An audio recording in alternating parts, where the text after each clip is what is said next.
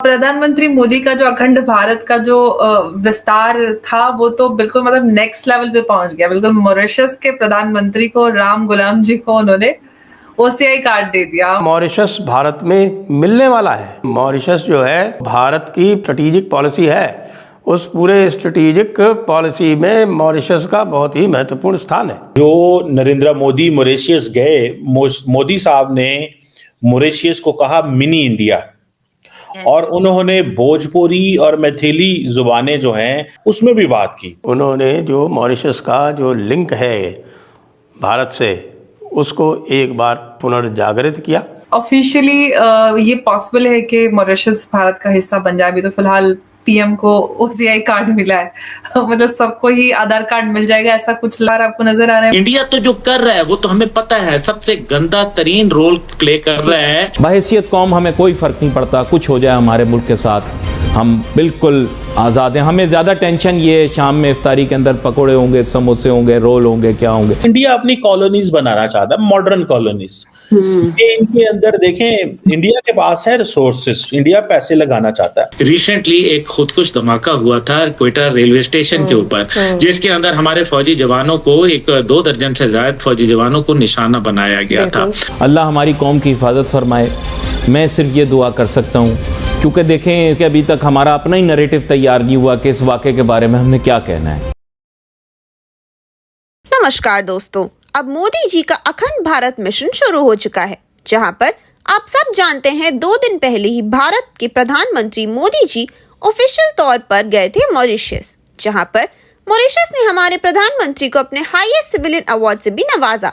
जिसके बाद दोस्तों हमारे प्रधानमंत्री मोदी जी मॉरिशस के पीएम और उनकी पत्नी को भारत का सिटीजनशिप ऑफर कर चुके हैं, जिसके बाद से अब ये बात कही जा रही है कि मॉरिशस जल्द ही भारत का अभिन्न अंग बनने वाला है, क्योंकि मॉरिशस में पहले से ही 70 से 80% भारत के ओरिजिन वाले लोग रहते हैं, जो कि बिहारी और मैथिली भाषा भी बोलते हैं। इसी तरह से कुछ दिन पहले एक खबर भी हम सबके सामने आई थी कि भूटान भी भारत के साथ अपना मर्जर करना चाहता है, क्योंकि चाइना लगातार भारत भूटान पर प्रेशर बना रहा है और भूटान की जमीन भी कब्जा करने की कोशिश कर रहा है। और इन सब के बीच में भूटान और मॉरिशस जैसे छोटे देशों को सिर्फ भारत ही बचा सकता है, और भारत में ही इतनी काबिलियत है कि वह चाइना और अन्य सुपर पावर्स को चैलेंज कर सकता है। तो चलिए इसी पर आगे पाकिस्तानी मीडिया का रिएक्शन देखते हैं, जो कि इस वक्त काफी ज्यादा परेशान दिखाई दे रहे हैं, और वो कह रहे हैं कि उन्हें भी इस तरह का कदम उठाना चाहिए और भारत से वापस मिल जाना चाहिए। प्रधानमंत्री मोदी का जो अखंड भारत का जो विस्तार था वो तो बिल्कुल मतलब नेक्स्ट लेवल पे पहुंच गया। बिल्कुल मॉरिशस के प्रधानमंत्री को, राम गुलाम जी को उन्होंने ओसीआई कार्ड दे दिया। मतलब कैसा लग रहा है? वही अखंड भारत, मजा आ रहा है मुझे तो। ओवरसीज सिटीजन ऑफ इंडिया, भाई मॉरिशस आपके हिसाब से अलग देश है, उसके पीएम को आप भारत का सिटीजन बना दे रहे हैं। उधर इंडोनेशिया के पीएम का डीएनए भारतीय निकल आ रहा है। सिंपल है भाई कि आपको जो है ठीक है, आप चीजों को देखिए। मॉरिशस जिस जगह पर, जिस पोजीशन में है, अगर फर्स्ट हेल्प किसी की लगेगी तो वो भारत की लगेगी। और उस काफी समय से, मतलब जब देखिए इसे हिंद महासागर कहते हैं, तो यहाँ पर भारतीय सेना का प्रभुत्व था।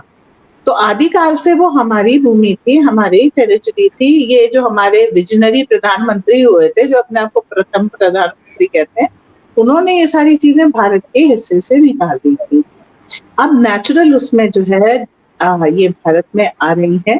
और अभी देखने वाली बात ये है कि डिएगो गार्सिया एक आइलैंड है मॉरिशस का, जिसको ब्रिटेन छोड़ के, अब यूएस छोड़ करके जा रहा है। यूएस की नेवी वहां से जा रही है। ब्रिटेन की हालत ये नहीं है कि वो अपने आइलैंड को डिफेंड कर ले, तो डिएगो गार्सिया को तो वो खैर क्या डिफेंड करेंगे। तो धीरे धीरे वहां पर जैसे जैसे भारत का प्रभाव बढ़ेगा, और तो वो सारी चीजें अब हमारे पास आ जाएंगी। इस एरिया की रक्षा केवल भारतीय नौसेना कर सकती है। इस एरिया में जो डिफेंस देना है, जो खाने पीने आदि की जो सब हेल्प करनी है, वो सब भारत द्वारा ही संभव है।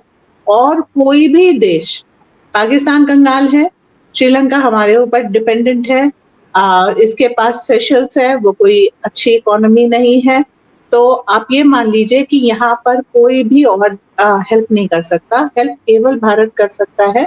तो मालदीव की मोइज़ू की तरीके से समर सॉल्ट का गुलाटी खाने की बजाय राम गुलाम जी सीधे सीधे भारत के साथ अच्छे संबंधों के पैरोकार बने। धीरे धीरे उन्होंने सारी चीजें अच्छी कर ली।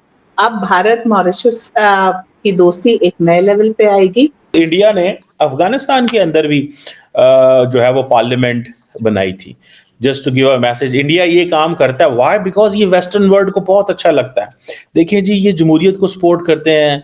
देखिए, इंडिया इज नाइस कंट्री, ये ख्याल रखता है आगे पार्लियामेंट का, ये डेमोक्रेटिक नॉर्म्स को सपोर्ट करना चाहता है, ये डेमोक्रेटिक स्ट्रक्चर्स इंस्टॉल करना चाहता है। एंड देन आपको पता है किसी मुल्क की जो इस तरह की बिल्डिंग होती है पार्लियामेंट जैसी, इट स्टेज फॉर डेकेड्स, 40 साल 50 साल तो चलती है। तो ये आपकी समझ लें, ये 50 साल की सॉफ्ट पावर की आपने इन्वेस्टमेंट कर दी। आपने 50 साल की सॉफ्ट पावर की इन्वेस्टमेंट दुआ कर दी उन्होंने। ये चीज है जिसको मैं समझता हूं, this is where one must understand this. ठीक है जी। तो मुझे ऐसा लगता है कि ये उन्होंने ये जो डेमोक्रेसी वाला, ये जो पार्लियामेंट वाली गेम की है, ये बड़ी इंपॉर्टेंट है। देन फिर आपको मजे की बात बताऊं, बहुत सारे प्रोजेक्ट्स हैं। एक तो इंडिया एक प्रोजेक्ट लेके आता है, उन्हें कम्युनिटी डेवलपमेंट प्रोजेक्ट्स कहते हैं। ये इंडिया ने बहुत मुल्कों के अंदर शुरू किए हैं।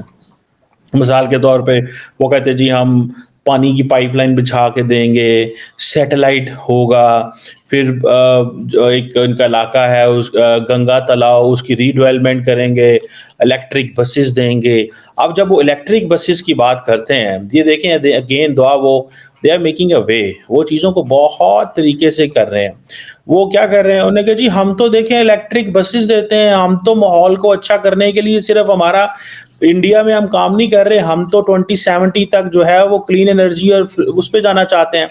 आपको याद होगा हाल ही में दुआ जब ईयू प्रेसिडेंट आई थी बल्कि ईयू कमीशन की प्रेसिडेंट आई थी, तो वो जिस बस में उनको लेके आया गया था, वो उन्होंने कहा जी ये तेल से नहीं चलती। ये देखें हमारे लोगों ने क्या कमाल किया है। हम उनको जानबूझ के उनको बस में लाया गया टू गिव अ मैसेज, और फिर उससे उन्होंने सो बेसिकली वो अपनी, क्योंकि यूरोपियन यूनियन के बहुत सारे इस तरह के लॉज हैं, और लॉज ये हैं कि जी आप आइंदा आने वाले दिनों के अंदर आप अपनी इंडस्ट्री को एनवायरमेंटली फ्रेंडली करेंगे और ट्रांसफॉर्मेशन करनी पड़ती। वो तो इंडिया नहीं कर पा रहा, जिसकी वजह से इंडिया और ईयू के दरमियान जो फ्री ट्रेड एग्रीमेंट के हवाले से बहुत सारे चैलेंजेस हैं। But coming to this point, so ये 100 बसेस इलेक्ट्रिक बसेस देना, देन अगर आप फिर देखें national maritime information sharing centre, India basically सच्ची बात बताऊं, अगर मैं इसको as a student of politics देखूं, इंडिया अपनी कॉलोनीज बनाना चाहता है, मॉडर्न कॉलोनीज। ये इनके अंदर देखें, इंडिया के पास है रिसोर्सेस, इंडिया पैसे लगाना चाहता है। मैंने अगले दिन एक जगह पे मैं लेक्चर दे रहा था और मैंने वहां पे एक्सप्लेन किया था